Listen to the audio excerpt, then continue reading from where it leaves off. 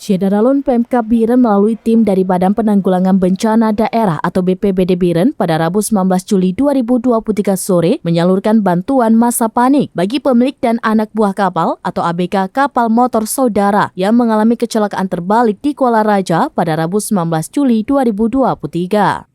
Bantuan sebagai bentuk kepedulian pemerintah daerah bagi masyarakat yang mengalami musibah diserahkan Kepala Pelaksana atau Kalaksa BPBD Biren Afwadi diwakili Komandan Regu atau Danrube Tim Reaksi Cepat atau TRC Biren Faisal. Penyerahan bantuan berlangsung di kantor Balai Nelayan di tepian pantai Kuala Raja. Diterima pemilik KM Saudara Iswadi didampingi Camat Kuala Erizal, Kecik Kuala Raja M. Isa, Panglima Laut Biren M. Nasir Usman, Abu Laut Lok Kuala Raja Mahdi dan perangkat Gampong serta para nelayan korban kecelakaan laut.